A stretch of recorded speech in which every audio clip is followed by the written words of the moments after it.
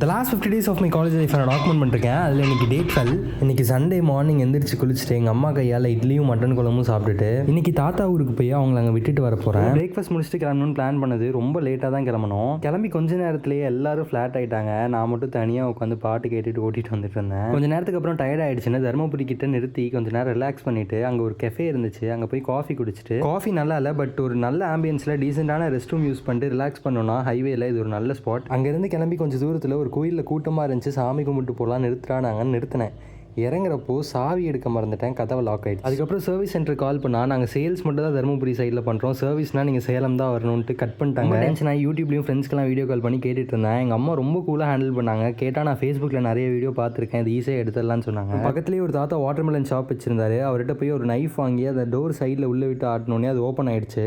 இதுக்கப்புறம் பார்ட் 2ல் சொல்கிறேன், டைம் பத்தல. நடந்தால் எல்லா சம்பவமும் ஒரே நாள் நடக்கும், இல்லை ஒன்றுமே நடக்காது.